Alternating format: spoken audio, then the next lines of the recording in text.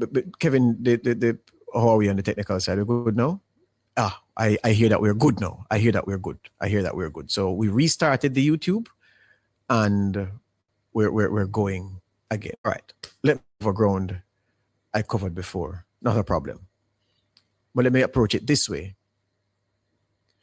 When Mark Malava, as JTA president, first spoke out about shelterees in the schools, I didn't hear a lot of opposition to the position he articulated on behalf of the JTA, because clearly nobody wants people to be in school who are not students or faculty or staff. School is for those people. And I'm certain the shelterees themselves do not want to be in schools. They want their yard. And so when he first raised the issue, I didn't hear any grumbling or opposition. I mean, you have some people who are just, opposed to certain people saying certain things, so they'll sound off. But even they were just, it was just the political game. But in seriousness, the call wasn't one that was met with any opposition. Him repeating the call also did not attract any opposition, because people are saying, yeah, man, the man, right, the shelterees need to be moved out now, after what some people would say was a reasonable time. And then some people are saying, yes, but Melissa wasn't so long ago, and given the scale of the damage and given the work that the government is doing to get proper accommodation for some people who can't go back to where they were and so forth, so that process has to take time. So there was truth on both sides of the fence. But where Malava's comments were concerned about moving shelterees out, the country wasn't saying, why are you saying this? This don't make sense. They were saying, yeah, man, even though we know that the government is working to get them out and the number was reduced significantly, people went back to reclaim what they had left. People went out and were placed in container homes. The government paid rent for some people. So people were moved out. There's only a handful left. People started saying, wait, something wrong, when he gave the local government ministry an ultimatum, as if the schools belonged to the JTA and the government was doing something wrong by putting Jamaicans who were displaced by the hurricane in the JTA-owned property. And so the owner of the property, i.e. the JTA, is telling the government, who has no claim to the property, take the people out so we can get on with the business of teaching and learning. And the local government minister was saying, brethren, you have no authority to say that to us. Schools are owned by the government. And these are not aliens we've brought in from space to occupy space in the schools. These are Jamaicans who are displaced. And we have them accommodated there because schools are shelters. And we reduced the number significantly, and we're working hard to get the remaining few out. And until that time, then they're going to stay there. They are insulated from the regular population, the school population. So there's no issue, and we have no reports of no issue. But no, it appears as if Mr. Malava has gone nuclear, because this claim, which is extraordinary, and again, I'm giving him the benefit of the doubt. I can't tell you how many messages I've gotten from morning from people sounding off on the issue. And not one of them is supporting Mr. Malava this morning. I've gotten from the clergy, from business, from education, right around the horn. People have been saying, what? Where's the evidence to support that? And I'm being invited to call Mr. Malava a liar, which I will not do because I don't know if he's lying. So I avoid that. And that's not my aim. My argument is, if you're making such a claim, though, it must be after the authorities have been apprised, have been informed, have been updated, have been spoken to. And then, as leader of the teaching constituency, you tell your constituents that this is the situation, but I've spoken to the authorities, and even though they say they're going to respond in short order, I'm still disappointed that we're here in the first place, blah, blah. There are many things that could have been said. But no, it appears as if Mr. Malava is boxed in because nobody who holds a significant stake in the education of our children knew before he made the claim that this extraordinary thing was happening in 1 school, 2 school, 3 school, 4 school. We don't know how many schools. We don't know where it happened because nobody knew anything about it before Mark Malava spoke about it. Replay again, Nora, what Malava said on Tuesday and follow that up with what the education minister has said only moments ago.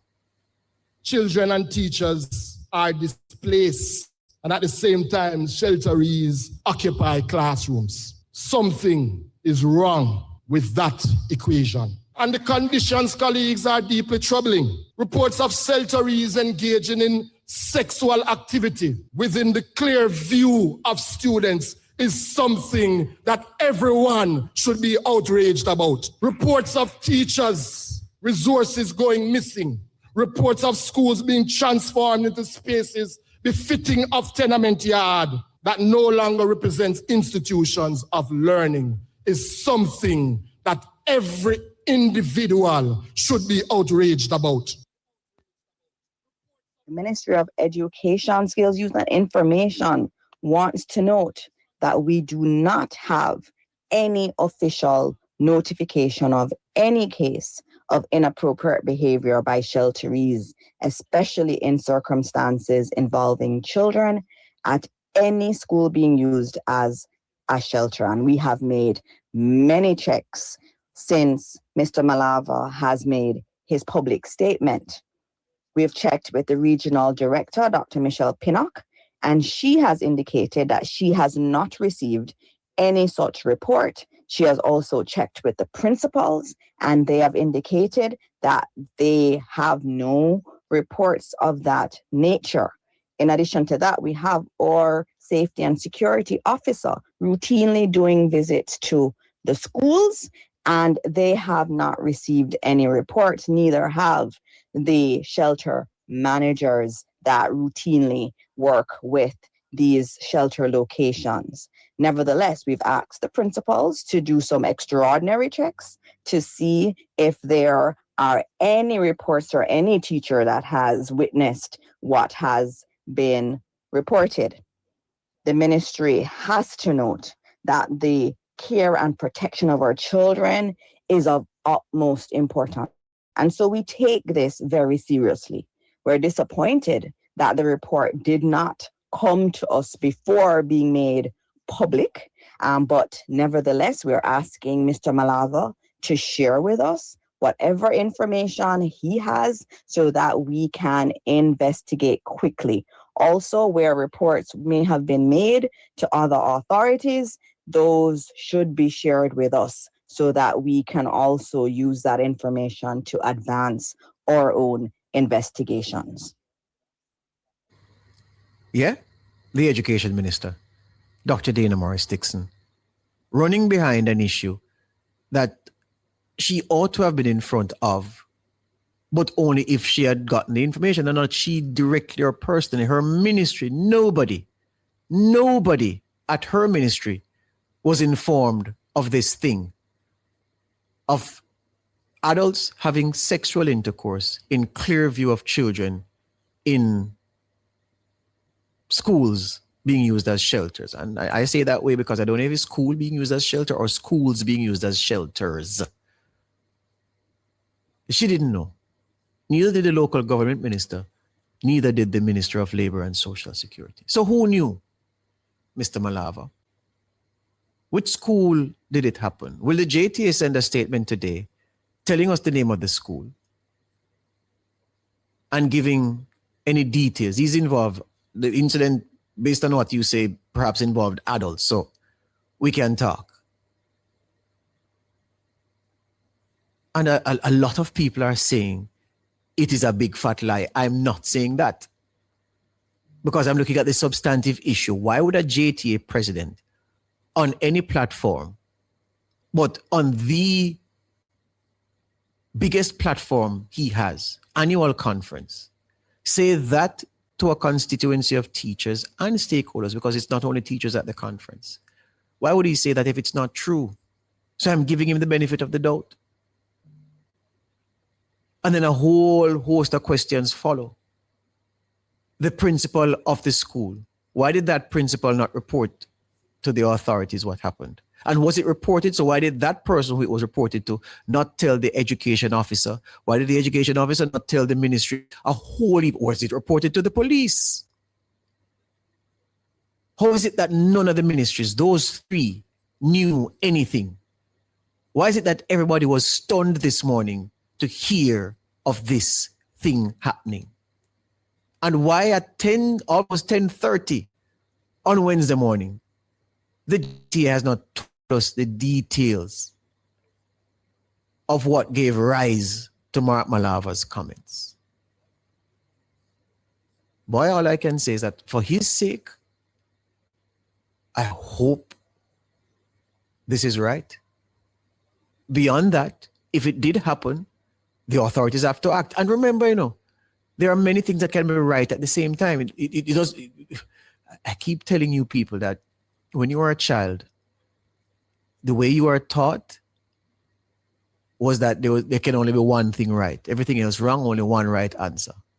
Yeah? Only one thing can be right at any one time. No, we all know that that's not true. Because what is also true is that at the end of the first quarter of this new year, so we're into the 4th month of this new year. Melissa was October 28th to November 28th, 1 month. November 28th to December 28th, 2 months. December 28th to January 28th, 3 months.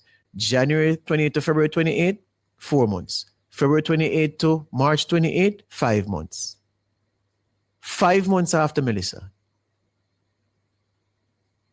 you would say, boy, there shouldn't be any shelterees in schools. But that's overly simplistic. Because many people, hundreds of people, have not remained in shelters. A few remain, relatively speaking. And there's a process to get those few out because nobody wants to keep them in shelters. And the people in shelters don't want Tana shelter. Them said them don't want to stay there, they want to go to them yard where they are free.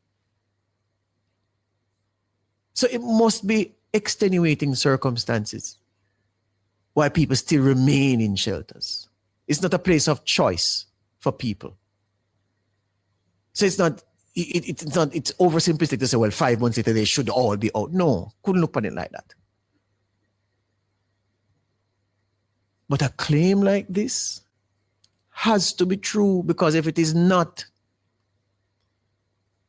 I don't know how Mr. Malava will function as a public figure beyond this point. But again, I'm not saying it is not true. I have no evidence that it is not true. But I also have no evidence that it is true. So JTA, you have to come forward now. The nation is looking and waiting. We want to hear about this thing. Break time. After the break, your calls. My hands were not winning the numbers game, Mr. Hughes. Yeah, not at all. Serious business though. I understand that the Minister of Education has made herself available for a short time just to speak to this issue. Minister Dixon, good morning. Hi, good morning, George. How are you? I'm fine. How are you doing? I'm not happy this morning. Well, there you go. Well, you're not happy. Why? Tell us.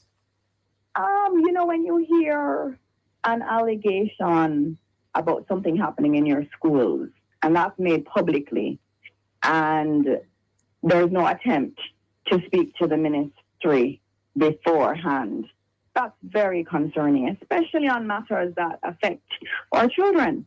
The role of the Ministry of Education is to protect our children. And for allegations like this to be known by a senior educator and not refer it to us first before going public in that way is quite distressing. Have you spoken to Mr. Malava or anybody in the leadership at the JTA? I got him a few minutes ago. I got to speak to him a few minutes ago. And I said to him, and I'll tell you what I said. I said, you have to identify which school this is, when it happened, and so that we can investigate properly. And he has told me he cannot do so because the teacher has told me. Sorry, Minister, beg your pardon. He has said he cannot what? He has indicated he cannot tell me the name of the schools because the teacher reported it to him in confidence. But in my view, in confidence went when you made it very public, right? What? And so it is very important that the report is done. Now, none of us disagree with the point that the shelterees need to be given a home. And I have said that many times, and I know the Ministry of Local Government is working really hard on that. And Minister Mackenzie has been committed to that. But at the same time, if there are things that are happening in our schools that affect our children, it is our responsibility to report it, and also for me in the ministry and my ministry team to investigate it. And all we're asking is, please tell us when this happened, where it's happening, so that we can intervene with the police and ensure that our children are protected. But I can't even get that information. But I stopped at the point where you said that he said he couldn't share the information about the school in particular. Mm-hmm. So it's one school that the incident happened, he's saying, right? I'm not sure if it's one, if it's two. He has said there are multiple teachers that made reports to him. I've also noted that the teachers should have made reports to their principals, because the region has checked with all principals. Only 8 schools have shelterees in them, and the region has checked with the principals. The principals have said they do not know of these reports, but they are going to again go back to the teachers today to ask if they're aware of these reports. But to date, nothing has been reported due to the regional team or to the central ministry on these allegations. And I'll tell you, George, we had a meeting, our last meeting. I meet every month with the JTA. And, you know, they've consistently expressed concerns about the shelterees being in the schools, yes, as we have yes, in the Ministry of Education, and we agree with that. And at the end of the day, what I said to them, and I've said this to Mr. Malava, if you see any incident or hear of anything, let us know so that we can investigate it. After the last meeting where they were saying, oh, the teachers aren't happy and on all the other things, I asked my parliamentary secretary, Marlon Morgan, who is so wonderful on your programs. I listen to him all the time calling in. Yes. I asked him to go immediately to Westmoreland after my meeting with the JTA. And he went to every school that had a shelter. And he met with the principals and the teachers and came back with a report. So I've not sat back, so I've been monitoring this, because the safety of our students is absolutely important. So not just having our safety and security officers go regularly and having the shelter managers there and having the education officers there. I asked my parliamentary secretary to go personally to every single school and come back with a report. And we never got any of this. Minister, do you accept that a school principal who leads the JTA, who is told in confidence that adults, shelterees in schools are having sexual intercourse in full view of children, cannot share the information with you, the Minister of Education? Do you accept that? As I said to him, that I don't find this acceptable. I don't find the response acceptable. Now, obviously, we are from different schools of thought. That's clear. And I believe that we have a duty of care and that we have to protect our children. And so anytime any report comes to us of anything that harms our children, we have a responsibility to report it, investigate it, and make sure that that situation does not continue. And that's my commitment to my children. And so I want to know which school this is. I want to know where this happened, because there are legal ramifications for this. And I know the majority of our shelterees have tried their best. It's under trying circumstances. So living in a school, nobody's going to choose to live in a school. Yes. Right? And so it's trying circumstances. And they have been trying to work with us. But if there is someone who is acting inappropriately, we have to deal with it. But I can't deal with it if I don't know. So at 10:41 a.m. on this day in Sports, Minister, April 8, 2026, based on what you don't know, you have asked for what to be done to get the information. We have spoken to the regional director. The regional director sent her a memo stating all of the checks she has done with the principals. So we have everything, we have a train of record. The education officer is checking again at the schools. The principals were spoken to. The principals have been asked to do checks again with the teachers. I have asked Mr. Malava to share the information. I've even went as far as to say to him, go back to the teachers who spoke to you in confidence and ask them to please do an official report to their principal, to the ministry, to the region, wherever. So we're trying to get to the bottom of it as best as we can. But as it stands, I have no official report before me. All I have is a statement that was made at a conference. Hear you on that. Thank you for your time this morning, Minister. All right. Thank you, George. The Minister of Education, Senator Dr. Dana Morris Dixon. Mr. Malava, you were spoken to in confidence, you told the minister. And you couldn't speak to the minister in confidence about something as serious as this?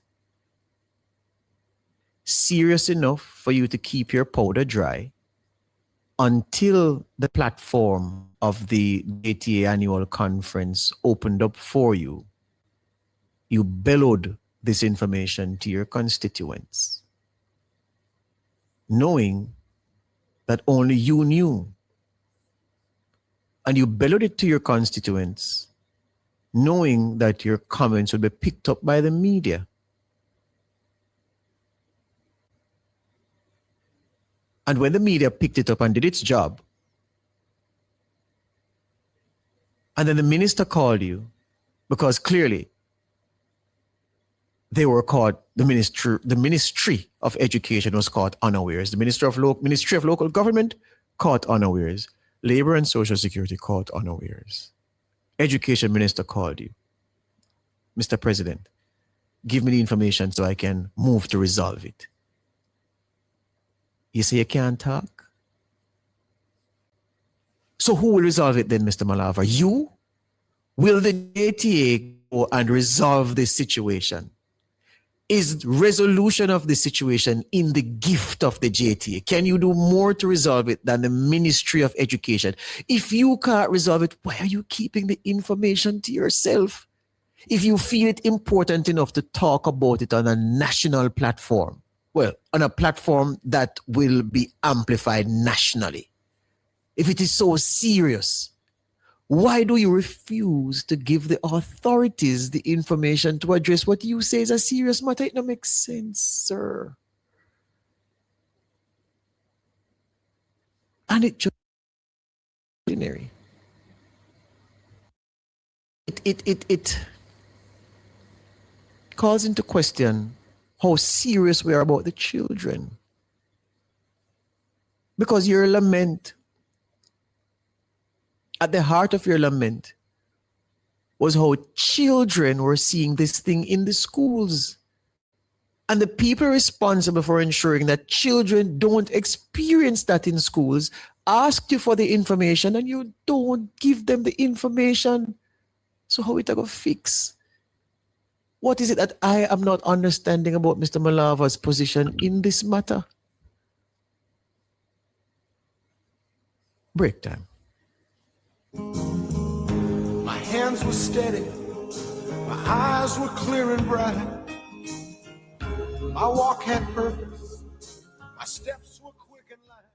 Fill all your prescriptions, get cosmetics and other pharmaceutical items at Mannings Hill Pharmacy, located at 34A Mannings Hill Road, Kingston. Telephone 924-6280. At Mannings Hill Pharmacy, they stock all the hard-to-get medication. The time by Mannings Hill Pharmacy is 10:46. If you've ever called in, shared your story, or got help on this show, then you're already family. Now make it official. Join the nationwide 90 FM Family Club today on Patreon. Hey yo, listen up. Don't wait for the symptoms start show. HIV test free. Make sure you know. Yo. Me take my test. Me get the news. Me take my meds.